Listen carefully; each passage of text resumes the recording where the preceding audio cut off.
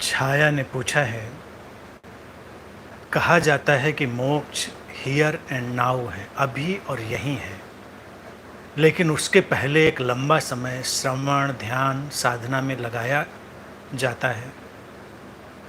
100वां प्रहार करने से पहले 99 प्रहार तो करने पड़ते हैं। फिर मोक्ष हियर एंड नाउ, अभी और यहीं कैसे है, कृपया समझाएं। हियर एंड नाउ, अभी और यहीं।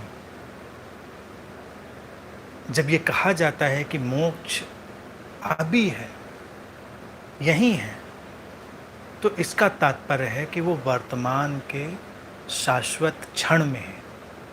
वो वर्तमान से कहीं अलग नहीं है। वर्तमान में स्थित हो जाना,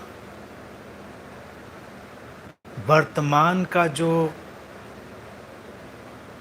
शाश्वत क्षण है उसमें ठहर जाना, वही मोक्ष है।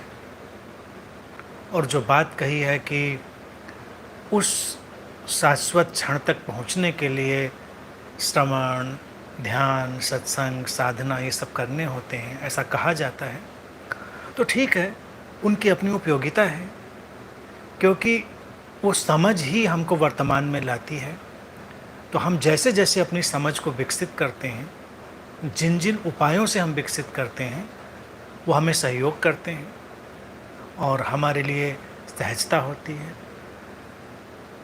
ये भी लिखा है कि 100वां प्रहार करने से पहले 99 प्रहार करने पड़ते हैं, या 100वीं सीढ़ी चढ़ने से पहले 99 सीढ़ियाँ चढ़नी पड़ती हैं।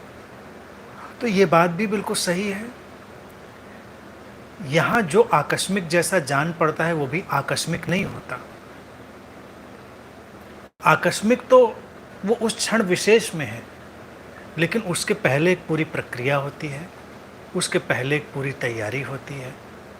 अगर कोई मंजिल 100वीं सीढ़ी पर है तो 99 सीढ़ियों की यात्रा तो तय करनी पड़ेगी। यात्रा तय करने का माध्यम कुछ भी हो सकता है, कैसे भी उनको तय किया जा सकता है, लेकिन उनको तय करना पड़ता है। और जो 98वीं सीढ़ी पर खड़ा है, 97वीं सीढ़ी पर खड़ा है, वो ज़्यादा नज़दीक है, ये भी बात सच है, उसकी संभावना ज़्यादा है। और जिसने अभी पहला कदम नहीं रखा है, उसको भी लंबी यात्रा करनी पड़ेगी। जैसे कुआं खोदते हैं, दूसरा उदाहरण देखें, तो जिसने अभी पहला फावड़ा मारा है, उसको भी लंबी यात्रा करनी पड़ेगी। और जो बिल्कुल सतह के करीब आ गया है जल स्रोत के, उसके एक ही प्रहार से जल स्रोत निकलेगा। जो जल स्रोत निकलेगा वो आकस्मिक होगा, सडन होगा। तो इसीलिए जिसको अनुभव आता है उसको हमेशा आता है कि अचानक आकस्मिक अवेकनिंग हो गई, सडन अवेकनिंग हो गई।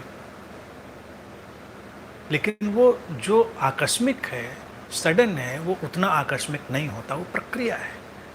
तो ये पूरा जीवन प्रक्रिया है। इसीलिए जो इसमें कहा गया है कि श्रवण है, ध्यान है, साधना है, सत्संग है, इन सब का मूल्य है, क्योंकि ये सारी चीज़ें हमारी समझ को विकसित करने के लिए, हमारी संवेदनशीलता और सजगता को विकसित करने के लिए, वो विकसित होती रहेंगी तो हम अपने मुकाम तक पहुंचते रहेंगे।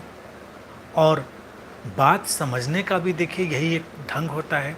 समझते समझते समझते एक दिन अचानक स्पष्टता आ जाती है, तो प्रयास करना चाहिए। भारत में देखिए इसीलिए एक परंपरा डाली गई, जो शास्त्र हैं, गुरुओं के वचन हैं, बुद्धों के वचन हैं, उनका पाठ करने की। तो कई बार कुछ लोगों को लगता है कि क्या पाठ करना, वही बात रोज रोज पढ़ना, वही गीता खोल के रोज बैठ गए, वही उपनिषद खोल के रोज बैठ गए।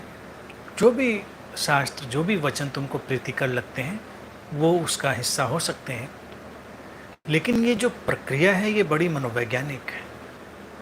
रोज प्रयास करते करते करते, रोज किसी बात को पढ़ते पढ़ते, एक मुकाम, एक दिन ऐसा भी आता है जब अचानक स्पष्टता घट जाती, अचानक उसका अर्थ प्रकट हो जाता है।